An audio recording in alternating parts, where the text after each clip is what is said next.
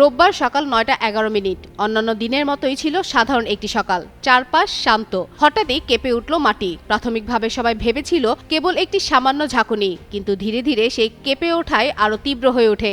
এলাকাবাসীরা ছুটে বাড়ি থেকে বের হয়ে আসে। ঘরের জিনিসপত্রগুলো এলোমেলোভাবে মাটিতে পড়ে যায়। আতঙ্ক ছড়িয়ে পড়ে চারপাশ। বিসওয়াক্স আর ভিটামিন ই সমৃদ্ধ স্কোয়ারের ময়শ্চারাইজিং মেরি লিপ কেয়ার। এবার হাসুন প্রাণ খুলে। ইরানের ফার্স প্রদেশের মোহরের মাত্র 10 কিলোমিটার গভীরে এই ভূমিকম্পের উৎপত্তি। জার্মানির ভূবিদ্যা গবেষণা কেন্দ্র এবং ভলকানো ডিকশনারি অনুযায়ী ভূমিকম্পের মাত্রা ছিল 5.3। কাছাকাছি এলাকার বাসিন্দারা হঠাৎ কেঁপে ওঠা অনুভব করলেও বড় ধরনের কোনো ক্ষয়ক্ষতির খবর এখনো পাওয়া যায়নি। তবে খুব বেশি হলে জানালার কাছে সামান্য ফাটল দেখা দিতে পারে বলে ধারণা করা হচ্ছে। পাশাপাশি প্রতিবেশী দেশগুলোতে সামান্য কেঁপে ওঠা অনুভূত হতে পারে।